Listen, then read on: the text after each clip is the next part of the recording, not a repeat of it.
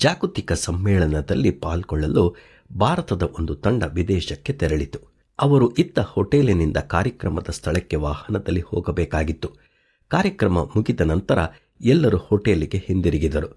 ಸ್ವಲ್ಪ ಸಮಯದ ನಂತರ ಒಬ್ಬ ವ್ಯಕ್ತಿಯು ಅಧ್ಯಕ್ಷರ ಬಳಿಗೆ ಬಂದು ಕಾರ್ಯಕ್ರಮ ನಡೆದಂಥ ಸ್ಥಳದಲ್ಲಿ ತಾನು ತನ್ನ ಕೆಲವು ವಸ್ತುಗಳನ್ನು ಬಿಟ್ಟು ಬಂದಿರುವುದಾಗಿ ಹೇಳಿದನು. ಬಹಳ ಪ್ರಯಾಸಪಟ್ಟು ಅವನು ಆ ಸ್ಥಳಕ್ಕೆ ಹೋಗಿ ತನ್ನ ವಸ್ತುಗಳನ್ನು ಹುಡುಕಿ ತೆಗೆದುಕೊಂಡು ಬಂದನು. ಅಧ್ಯಕ್ಷರು ಎಲ್ಲರ ಮುಂದೆ ಅವನನ್ನು ಬಹಳವಾಗಿ ಮತ್ತು ಒರಟಾಗಿ ಬೈದು ಅವಮಾನಪಡಿಸಿದರು. ನಂತರದ ದಿನ ಅವರು ಭಾರತಕ್ಕೆ ಹಿಂತಿರುಗಲು ವಿಮಾನ ನಿಲ್ದಾಣಕ್ಕೆ ಬಂದಾಗ ಅಧ್ಯಕ್ಷರು ಎಲ್ಲರ ಪಾಸ್ಪೋರ್ಟ್ ಹೊಂದಿರುವ ಕೈಚೀಲವನ್ನು ತಾವು ಇದ್ದಂಥ ಹೋಟೆಲಿನಲ್ಲಿ ಬಿಟ್ಟು ಬಂದಿರುವುದು ಅವರಿಗೆ ನೆನಪಾಯಿತು.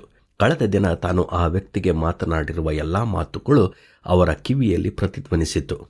ನಾವೆಲ್ಲರೂ ದುರ್ಬಲ ಮನುಷ್ಯರು.